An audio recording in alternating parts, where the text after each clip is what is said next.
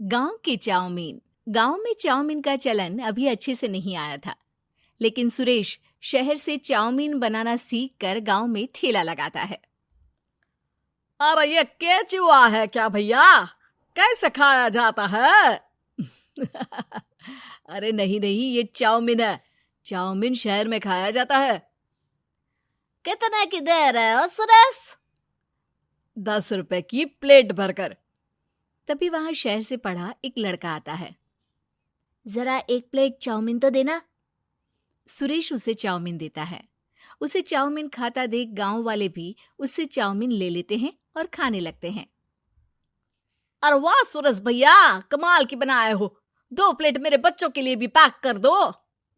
बस फिर क्या था, सुरेश का ठेला लगता है और चाउमीन खरीदने वालों की लाइन लग जाती है। तभी वहां से गांव का साहूकार होकर गुजरता है। और ये क्या भीड़ लगी है?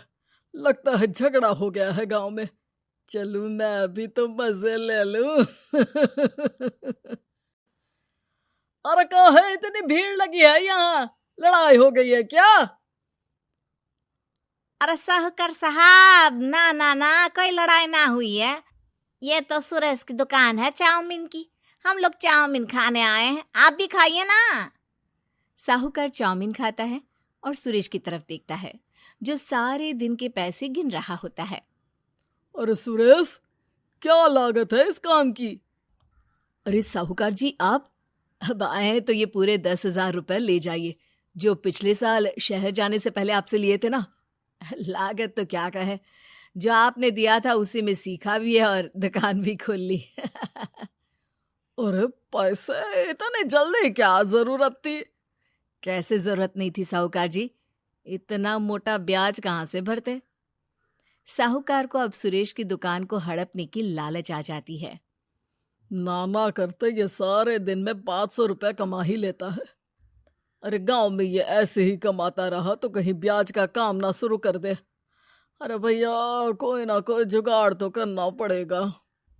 अब साहूकार घर आ जाता है और अपनी बीवी को सारी बात बताता है।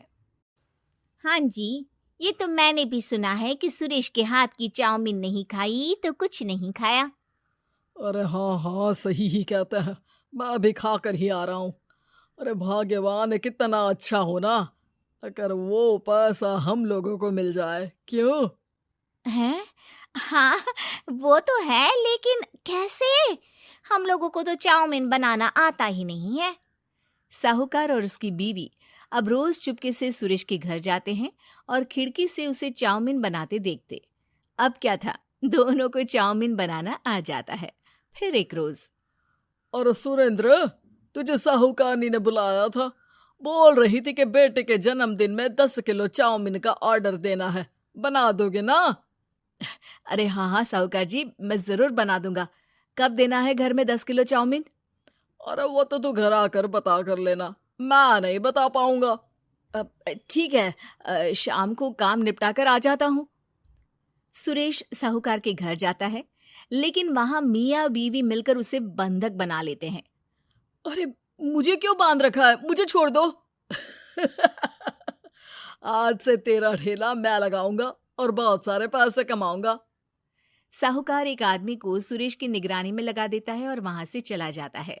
अगले दिन, अरे साहूकार जी, आप कब से चाउमीन बेचने लगे और अपना ये सुरेश कहाँ गया? अरे वो तो शहर गया है, उसका कोई काम निकल आया था। बोल रहा था कि जब तक वो ना आए तब तक मैं ही उसके ठेले का काम कर दूं। पैसे भी तो बहुत उधार ले रखे थे उसने। लगता है कर्जा भरने के डर से भाग गया है। अरे पर वो तो बोल रहा था कि उसने सारा कर्जा उतार दिया है, और वो क्यों भागेगा? इतना तो कमा रहा था। अरे मुझे क्या पता। अरे चाउमीन खाना है तो बोलो, नहीं तो भागो यहाँ से। अरे हाँ हाँ, दे दो दे दो। अब तो चाउमीन खाना पूरे गांव के लोगों के लिए आदत ही बन गया है। ना खाओ तो नींद ना आए। हाँ हाँ, तो लो और निकालो 50 रुपए। 50 रुपए क्यों? सुरेंद्र तो 10 रुपया में देता था। अरे वो पागल था, मैं थोड़ी ना हूँ।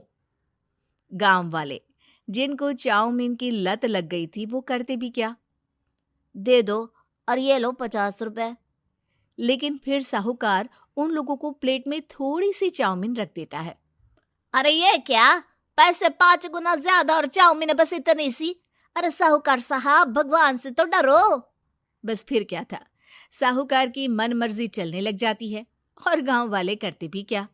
एक रोज मुझे तो लगता है कि सुरेश को साहूकार ने मार डाला होगा, क्योंकि उसका काम इतना अच्छा चल रहा था, फिर वो क्यों जाता, और वो भी साहूकार के हवाले दुकान करके। ना बाबा ना। अगले रोज भाग्यवान, देखो तो जरा, इस सुरेश भी ना कितना पागल था। जिस काम से वो ज्यादा पैसे बना सकता था, उससे इतने कम पैसे छाप रहा था। 50 रुपए प्लेट में भी गांव वाले खूब खा रहे हैं चाउमीन। हाँ जी, और जितने में वो लोगों को 10 प्लेट खिलाता था। भर भर कर हम लोग उतने में 20 प्लेट बना रहे हैं, क्यों जी? वहीं सुरेश रोज भगवान से मांगता कि बस एक बार वो किसी तरह वहां से निकलने में कामयाब हो जाए, लेकिन उसकी हर कोशिश नाकामयाब होती। फिर एक दिन, अरे भाग्यवान, ऐसा कुछ करो कि चाउमीन बनाने का खर्चा आधा हो जाए, जिससे हम लोगों को और मुनाफा हो। ना जी, मुझे तो कोई तरकीब ना सूझ रही। अरे सुनो, एक काम करते हैं। चाउमीन बनाने में जो सब्जी लगती है वो मंडी में लेने तुम देर रात चली जाना। तब तक वो सारी सड़ी गली सब्जी जो दुकानदार वहीं फेंक जाते हैं, वो उठा कर ले आना फ्री में। अरे वाह जी वाह, आप तो बहुत समझदार हैं जी।